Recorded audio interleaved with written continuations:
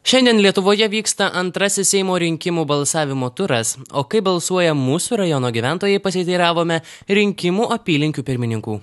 Pirmam ture gana aktyviai, buvom viena iš aktyviausių apylinkių, dabar šiek tiek aktyvumas prislopęs, galbūt oras kas ir turbūt, kad nebelikę kandidatų pageidaujamų, tai yra šiek tiek mažiau.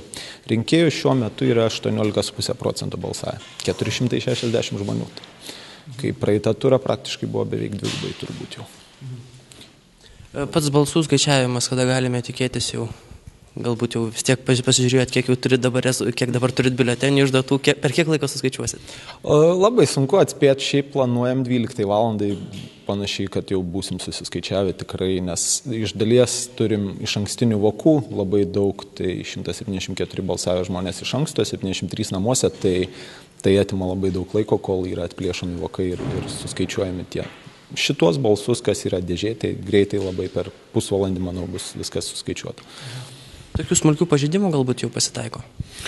Pas mus, kad tokia gana tikrai rami apylinkė, kiek ne pirmi metai esu komisijos narys, tai tokių šurmulių, kad būtų tikrai nėra buvę ir nekyla. Nebent rinkėjas, kuris nepatenkintas bendrai valdžia, bet tai čia ne dėl bendro darbo. Šiandien esame centro rinkimų apylinkėje ir kalbiname jos pirmininkę. Kaip vyksta rinkimai ir aktyvūs raseiniškiai jūsų apylinkėje? Jeigu lygintume pirmąjį turą ir antrąjį, tai šiandien žmonių mažiau atėjo. Iš tikrųjų ir tas intensyvumas mažesnis. Galbūt dar tikitės, kad padaugės? Ar taip jau galvojat, kad taip ir liks? Bet kiek žiūrėjome, Raseinių rajonas Lietuvoje kaip ir 3 vietoj, o iš Raseinių miesto mūsų apylinkė 1 vietoj. Tai tas intensyvumas nėra labai mažas, bet jeigu lygintumėm pirmąjį turą ir antrąjį, tai mažesnis. Kiek jūsų rinkėjų čia maždaug yra jūsų aplinkėje? Prirašytų buvo 1967, tačiau iš kito apylinkių atkeliavo, tai praeitąjį turą subalsavo, jeigu nesumaišysiu, 2011. Šį kartą, aišku, bus mažiau. Per kiek laiko tikitės suskaičiuoti balsus ir pateikti? Tikimės greičiau, nei per pirmąjį, aišku, nebus reitingavimo ir taip toliau.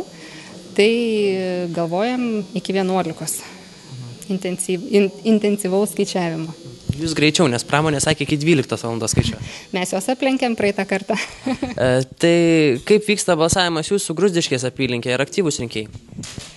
Šiaip iki dabar, sakykime, prabalsavo 135. Šiandien gal nėra tokio aktyvumo, toks, koks buvo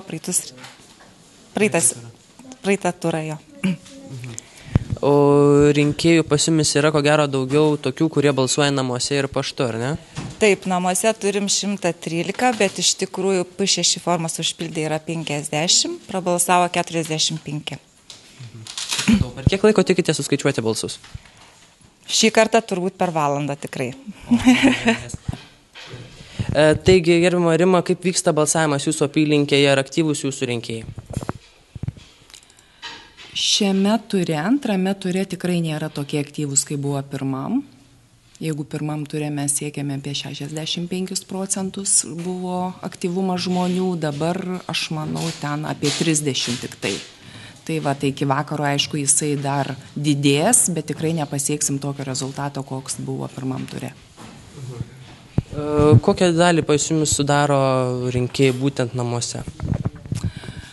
Šiaip tai namuose sudaro labai mažą dalį, aš sakyčiau gal tiesiog 0,3%. Aišku, kitą dalį rinkėjų, ta prasme, kuriuos mes priskaitom prie namų, tai yra balsuojantis paštu, iš ankstiniam balsavime savivaldybei. Tai praeitam ture buvo, gal kokie, nežinau, dabar galvoju, kiek ten tų procentų, gal kokie 5%.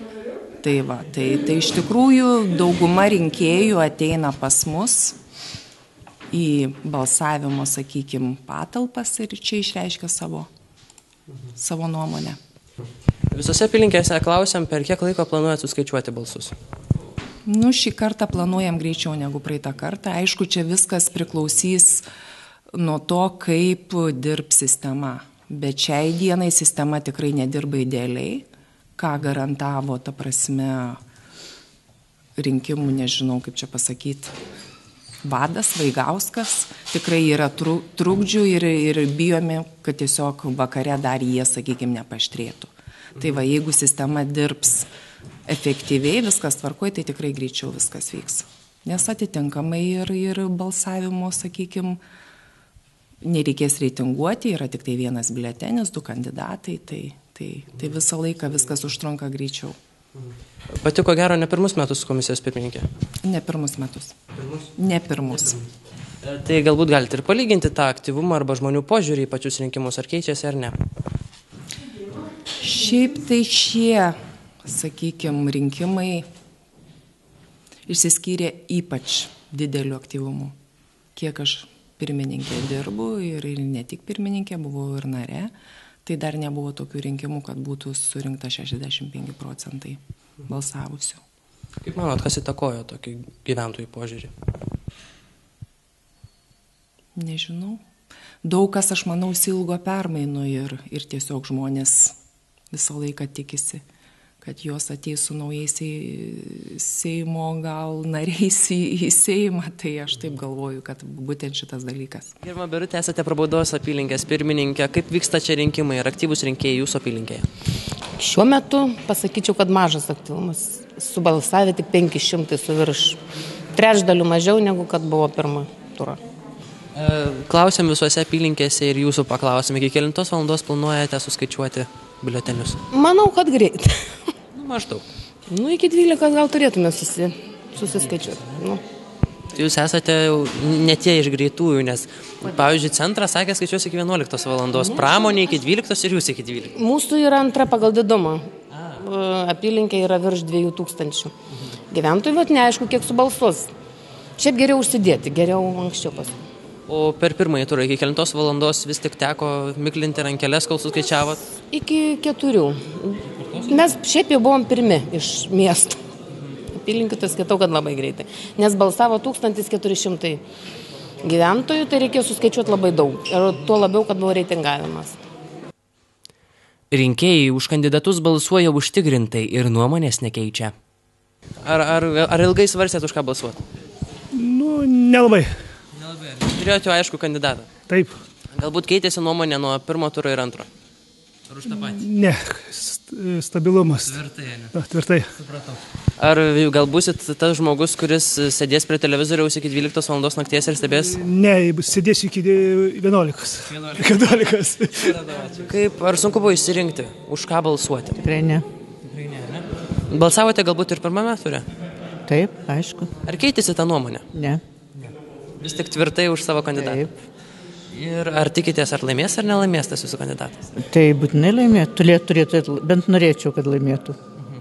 Rinkėjai tikisi pokyčių, tačiau ar tai bus, parodys laikas.